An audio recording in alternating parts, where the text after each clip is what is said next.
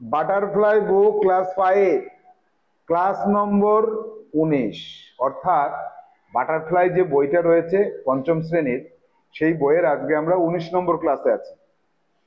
Lesson 2, তাই তো, আ fit on fit, এই গল্পের আমরা আজকে অ্যাক্টিভিটি সলিউশনে চলে যাব। পেজ নাম্বার 25 বের করো, পেজ নাম্বার 25 বের করো সবাই। দেখো অ্যাক্টিভিটি সলিউশনে আসছি আমরা।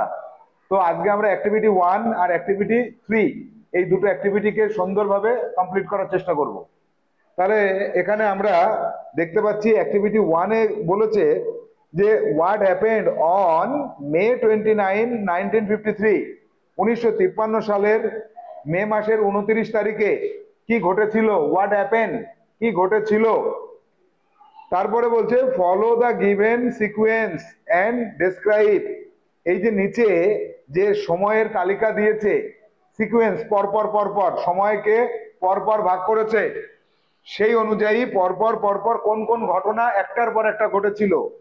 কত তারিখ, 29শে মে 1953। তাহলে 1953 29শে মে 4 AM, অর্থাৎ ভোর 4টের সময়, ভোর 4টের সময় কোন ঘটনা ঘটেছিল সেটাকে আমাদের লিখতে হবে। তাহলে দেখো ভোর 4টের সময় এখানে যে ঘটনাটা ঘটেছিল সেটা হচ্ছে Hillary and Norgay woke and got ready for their climb. তাহলে এখানে এ দাগ দিয়ে দাও। এখানে ওখানে কি এবি করেছে, এবি করেনি, এ করেছে, আমি এবি করে দিলাম, ABCD।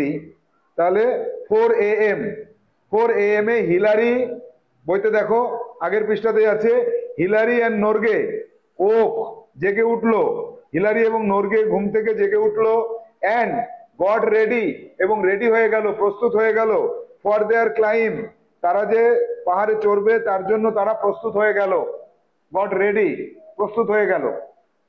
এরপরে কি আছে, পরে আছে বি দাগে 6:30 AM, 6:30 AM এ কি হলো, ঘটনাটা ঘটলো, the two men left camp at 6:30 AM। এই অ্যাট 6:30 AM এইটুকু আমরা লিখবো না, কারণ ওই সময়টা তো দেওয়া আছে এখানে। আমরা শুধু লিখবো যে the two men left the camp, the two men left the camp, এইটুকু লিখবো। সিটাকে কি আছে দেখি, 11:30 AM, সকাল 11:30, 11:30 AM এ এইখানে আছে দেখো, at 11:30 AM Hillary and Norgay reached the summit of Mount Everest, reached the summit of Mount Everest, Hillary and Norgay reached the summit of Mount Everest। বোঝা গেল?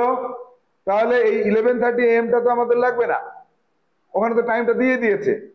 এরপরে চলে যাব ডি দাগে, ওই কথাগুলো যে লাইনগুলো আমি দেখাচ্ছি সেই লাইনগুলো কিন্তু এখানে এসে লিখতে হবে, বইয়ের এই যে ফাঁকা জায়গাটা এখানে লিখতে হবে, বুঝতে পারছো সবাই?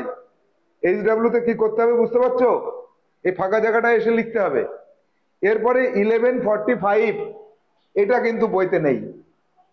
এইবার কি করব, 11:30 পর্যন্ত তো বইতে আছে, এই পর্যন্ত আছে, এরপর আর কোথাও তো নেই, তাহলে কি করব, নিজের মন থেকে বানাতে হবে। হ্যাঁ, নিজের মনে যা খুশি তাই বলে দেবো যে আমি একটা পাখনা কিনে পিঠে লাগালাম এবং উঠতে উঠতে উঠতে উঠতে চাঁদে চলে গেলাম, এটা বলতে হবে? তাহলে কি করতে হবে, মজাটা কোথায় দেখো, 11:30 তারা যখন ওখানে পৌঁছে গেল, সামিটে যখন পৌঁছে গেল, মাউন্ট এভারেস্ট যখন তারা জয় করে নিল, সেখানে তারা আর মাত্র 15 মিনিট ছিল না। তাহলে 11:30 পরে তারা আরো 15 মিনিট ছিল সেখানে, তাহলে 11:45, হ্যাঁ তাই না? তাহলে 15 মিনিট পরে কি করেছিল তারা, Hillary and Norgay made their way back down the mountain, Hillary এবং নর্গে পাহাড়ের থেকে নেমে আসলো। কটার সময় নেমে আসলো, 11:30 পরে 15 মিনিট ছিল, তাহলে 11:45 নেমে আসলো না? এই কথাটাকে ডি দাগে লিখে দিতে হবে।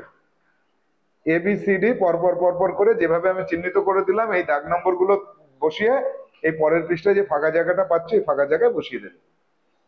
এবার যাব আমরা অ্যাক্টিভিটি 3 তে, অ্যাক্টিভিটি 2 বাদ। 3 তে আছে let's answer the following questions, নিচের প্রশ্নগুলোর উত্তর দাও, ফলোইং কোয়েশ্চেন্স গুলোর অ্যান্সার করো। এটাকে কি আছে, who was the leader of the British Everest expedition of 1953, 1953 সালের ব্রিটিশদের দ্বারা আয়োজিত মাউন্ট এভারেস্টের যে অভিযান, তার লিডার কে ছিলেন? এইখানে দেখো লিডারের নাম আমি দেখে দিচ্ছি, এই যে কলোনেল জন হান্ট। এই কলোনেল জন হান্ট, এইটুকু উত্তর লিখলেও হয়ে যাবে।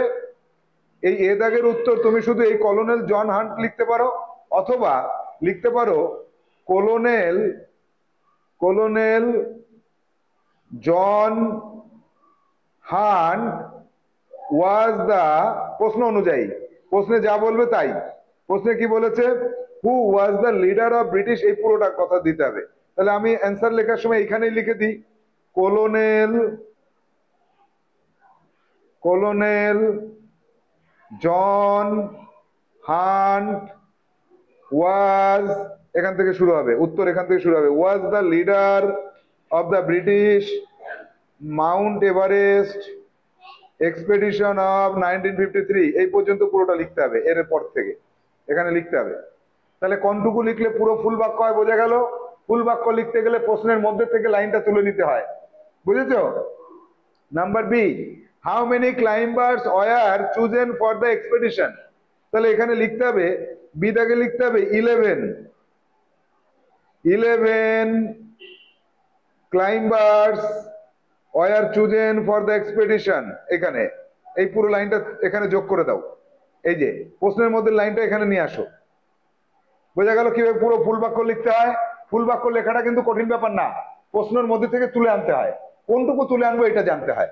তাহলে 11, এইটুকু উত্তর, 11 মেম্বার্স অথবা 11 climbers were chosen for the expedition. চলে যাবো সি দাগে, how many climbers got the chance to climb to the top. তাহলে এখানে সি দাগের উত্তর হবে 4। 4 বলেছে না, দুজন দুজন করে 4 জনকে ভাগ করে দিল। তাহলে 4 climbers got the chance to climb to the top হয়ে গেল। হ্যাঁ, তাহলে ফুল বাক্যে অ্যান্সার করা কি কঠিন কাজ? পারবে তো এবার থেকে সবাই? আর জীবনে ভুল হবে না তো? এরপরে কি হবে? ডি দাগে যাব। ডি দাগে বলছে who were the members of the first team.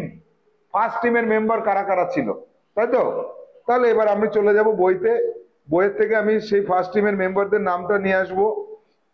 ওই যে এখানে দেখো, এই Tom Bourdillon and the first Tom Bardilen and Charles Evan, এই দুটো নাম দিয়ে দাও, Tom Bourdillon and Charles Ivan.